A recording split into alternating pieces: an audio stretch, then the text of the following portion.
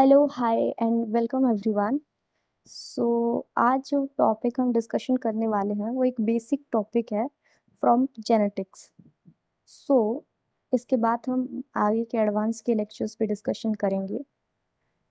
जब भी हम जेनेटिक्स का नाम सुनते हैं जो सबसे पहले हमारे माइंड में आता है वो है chromosomes. So in eukaryotes chromosome can differentiated into two basic types. One is autosome and other is allosome. So let's see the difference between them कि उन्हें क्यों दो डिफरेंट कैटेगरीज में रखा गया, उनके बीच क्या बेसिक डिफरेंस है। So let's proceed. Autosomes and allosomes. First, autosome.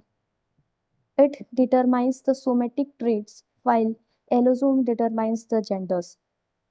Autosome found in somatic cells while allosome found in sex cells. Autosomes. Male and female have the same copy of autosomes, while in allosome it differs in male and female by their shape, size, form, and behavior. For autosome, 22 pairs or 44 number of autosomes are homologous in human. For allosome, one pair of allosome in male's sex chromosome are homologous and female sex chromosome are homologous and male sex chromosome are non-homologous. The position of centromere is identical for autosome but not for allosome. There are a leveling for the autosomes from 1 to 22 like first autosome, second, third and so on. But for allosome it is XX and XY. XX is for female and XY is for male. Then the most chromosome within the genome is autosome, while few chromosome in a genome is sex chromosome. Autosome shows Mendelian inheritance, while allosome shows non-Mendelian inheritance. Autosome contains the number of genes varies from 200 to 2000, while in allosome, X chromosome contain 300 genes or more than 300, while Y chromosome contains only a few of them. Autosome don't even involve in sex determination, while only the allosome is involved in sex determination.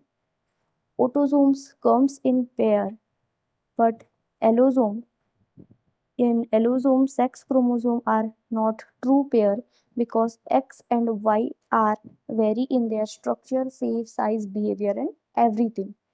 So एक short review अगर देखें तो पहली बात होता है कि autosome जो होता है वो सोमेटिक सेल में ही होता है और वो सोमेटिक ट्रेट्स के लिए ही जीन होता है और जीन कोडिंग करता है। जो एलोसोम होता है उसका काम ही होता है वो जेंडर को डिफाइन करेगा, जबकि उसके पास दो डिफरेंट टाइप्स के पाए जाते हैं, एक एक्स एक्स और एक एक्स वाई। सो वो डिफरेंट होते हैं, एक्स और वाई टोटली डिफरेंट होते हैं, जबकि सारे ऑटोजोम्स सेम होते हैं। ये एलोसोम पाया जाएगा सिर्फ सेक्स सेल में, जबकि ऑटोजोम पाया जाएगा सारे सोमेटिक सेल में। अगर हम ह्यूमन को देखें तो ह्यूमन के केस में 22 पेयर ऑफ ऑटोजोम्स होते हैं और एक सिंगल पेयर ऑफ एलोसोम होता है, और वो ही सिंगल पेयर डिफाइन करेगा उस पर्टिकुलर का जेंडर क्या होगा। अगर उसके पास एक्स एक्स होमोलोगस पेयर हुआ तो वो इंडिविजुअल फीमेल होगा, अगर उसके पास एक्स वाई पेयर हुआ तो वो मेल होगा। जो ऑटोसोम्स होते हैं उसमें सारे सेंट्रोमियर के पोजीशंस आइडेंटिकल होते हैं, जबकि एलोसोम में ऐसा नहीं होता क्योंकि एक्स और वाई दोनों डिफरेंट होते हैं। मोस्टली ऑटोसोम में जो नंबर ऑफ जीन्स होते हैं वो 200 टू 2000 के बीच में वेरीज करते हैं, वाइल एक्स क्रोमोसोम में 300 से ज़्यादा जीन्स होते हैं और वाई क्रोमोसोम में बस कुछ ही जीन्स होते हैं। जो जीन्स सिर्फ मेल में पाए जाते हैं, इसीलिए जो जीन्स वाई क्रोमोसोम में होता है, वो जिस कैरेक्टर को डिफाइन करेगा वो सिर्फ मेल में पाया जाएगा और फादर से सन में ट्रांसमिट होगा, वो किसी भी फीमेल में पाया नहीं जाएगा। इसीलिए वो कैरेक्टर को होलैंड्रिक कैरेक्टर्स या फिर वाई लिंक्ड इनहेरिटेंस बोलते हैं। इसका एग्जाम्पल है SRY जीन। सो नेक्स्ट, जो एलोसोम होता है वो सेक्स डिटर्मिनेशन में आएगा, और ऑटोसोम का सेक्स डिटर्मिनेशन नहीं हो सकता। ऑटोसोम्स जो होते हैं वो पेयर में होते हैं, लेकिन हम एलोसोम्स को नहीं बोल सकते कि उनके ट्रू पेयर होते हैं, बिकॉज एक्स और वाई वेरी करते हैं in their structures.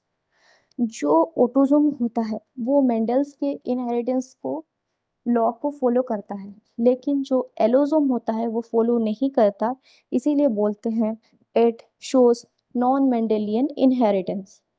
So that's all for the basics, and thank you. Hope आप सबको समझ में आया होगा। Let's meet you in the next session. Thank you, bye bye.